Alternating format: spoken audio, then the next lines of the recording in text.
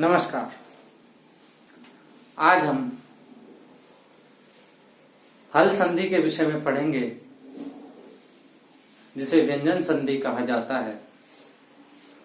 बच्चों, अभी तक हमने संधि पढ़ी, संधि के भेद में स्वर संधि पढ़ा। तो संधि क्या है बच्चों? संधि का तात्पर्य है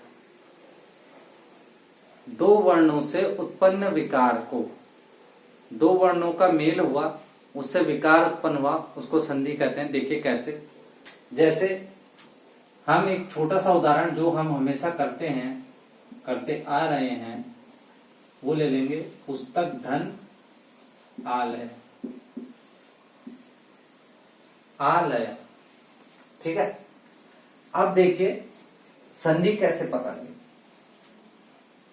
प्रथम शब्द और अंतिम शब्द, या पूर्व शब्द और पर शब्द, कुछ भी बोल सकते हैं आप। तो प्रथम और अंतिम कह लेते हैं। प्रथम शब्द में क्या है? पुस्तक, पुस्तक, पुस्तक का क में क्या है? अ, तो अंतिम वर्ण क्या हो जाएगा? अ। और अंतिम वर्ण का, अंतिम शब्द का प्रथम वर्ण आ, क्या ले लेंगे? आ। अधन आ बराबर आ, तो क्या हो जाएगा? पुस्तकालय। ठीक है बच्चों, इसका क्या हो जाएगा? पुस्तकालय। इसमें क्या उत्पन्न हुआ? विकार उत्पन्न हुआ। और विकार उत्पन्न होने के बाद ये देखिए क्या हो गया? इसका अ और इसका आ मिलकर क्या बन गए? आ बन गए, जो कि एक साथ मिल गए। और इसी को संधि कहा जाता है। संधि के तीन भेद होते हैं: स्वर संधि, विसर्ग संधि और व्यंजन संधि। स्वर संधि, व्यंजन संधि और विसर्ग संधि। तो बच्चों, अब हमारे पास जो है हल संधि है, जिसको हम व्यंजन संधि कहते हैं, उसके विषय में हम पढ़ेंगे। तो हमारे पास पहला सूत्र है, पहली जो संधि है वह है सचुत्व संधि।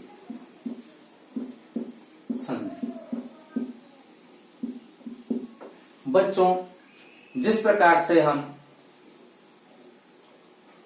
गणित में सूत्रों का प्रयोग करते हैं, फॉर्मूलों का प्रयोग करते हैं, उसी प्रकार व्याकरण में भी हमें सूत्रों का प्रयोग, फॉर्मूलों का प्रयोग करना पड़ता है। और संधि के लिए विशेषकर सूत्र बनाए गए हैं। उन सूत्रों को हम याद करेंगे और उनका उपयोग कैसे करेंगे ये मैं आपको बताऊंगा। तो पहले सचुत्व संधि का जो सूत्र है, जो फॉर्मूला है, वो मैं लिख देता हूं।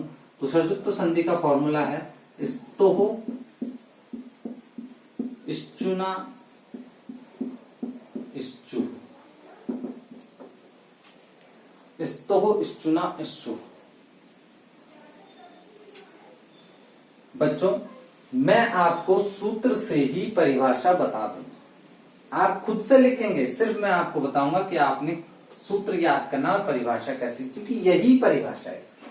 कैसे यही परिभाषा? देखिए, आपने क्या ध्यान देना है वो देखिए। स के बाद यदि श आए, स के बाद यदि श और च वर्ग आए, और त के बाद यदि श और च वर्ग आए, तो स का श और त का च वर्ग हो जाता है। यही इसकी परिभाषा। एक बार और देख लीजिए। स के बाद यदि श और त वर्ग के बाद यदि च वर्ग आए, तो स का श और त का च वर्ग हो जाता है। बस इतना ही आपने लिखना है। यह इसकी परिभाषा है। इसके एक दो उदाहरण हम देख लेते हैं। तो पहला उदाहरण है बालकस शेते। मैंने क्या कहा बच्चों? बालकस शेते। बालकस, स के बाद क्या आया? श आया। स के बाद श आया, तो यहाँ पे स के बाद श आएगा, तो स का क्या बन जाएगा? श बन जाएगा। तो क्या क्या आएगा? बालकस, बालकस शेते। आधा श और ये पूरा श, बालकस शेते, बालक सोता है। रामस चिनोति, क्या हो जाएगा? रामस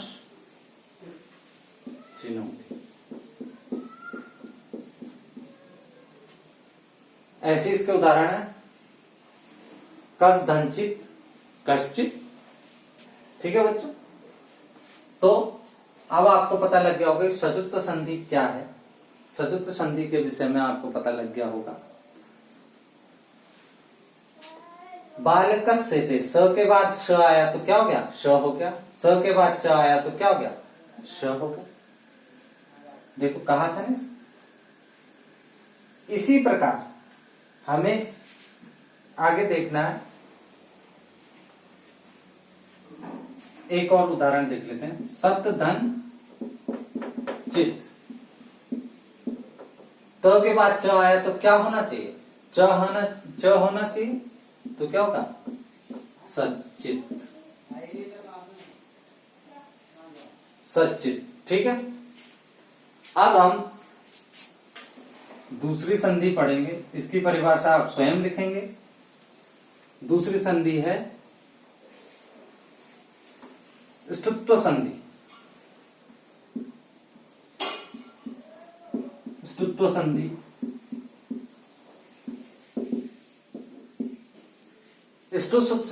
स्तुत्व संधि का सूत्र है स्टुना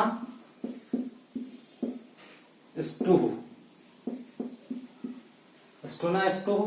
बच्चों, इस सूत्र से परिभाषा निकालने के लिए हम पहले वाले सूत्र का एक शब्द ले लेंगे स्तु। अब हम वही प्रक्रिया अपनाएंगे जो हमने पहले अपनाई थी। स के बाद यदि श आए, स के बाद यदि श आए और त वर्ग के बाद यदि ट वर्ग आए तो स का श और त का ट वर्ग हो जाता है। ठीक है, इसके बाद यदि ये आए और इसके बाद यदि श या ट आए तो स का श और त का ट वर्ग हो जाता है। ठीक, बस परिभाषा वही है। यदि स के बाद श और ट वर्ग आए और त के बाद श या ट वर्ग आए तो स का श और त का ट वर्ग हो जाता है। ठीक है बच्चों, अब इसके उदाहरण देख लेते हैं हम। उदाहरण है, पहला उदाहरण है रामस धन षष्ठ। तो मैंने क्या कहा? स के बाद यदि श आए, स के बाद श आया तो इसका स का क्या हो जाएगा? श। तो क्या हो जाएगा? रामस षष्ठ। रामस षष्ठ। ठीक है, अब दूसरा कृष्णस धन टीकते। तो क्या हो जाएगा? देखो स का क्या हो जाएगा? ट। स का श हो जाएगा तो कृष्णस टीकते। ठीक है बच्चों, इसी प्रकार पत धन टीका तो क्या हो जाएगा? तट्टिका। ठीक है, तो बच्चों ये आपकी हुई सजुत्व संधि और स्तुत्व संधि। आज हमने सजुत्व संधि और स्तुत्व संधि के बारे में पढ़ा। आप इनकी परिभाषा लिखेंगे और इनके उदाहरण अपनी कॉपी में लिखेंगे। धन्यवाद।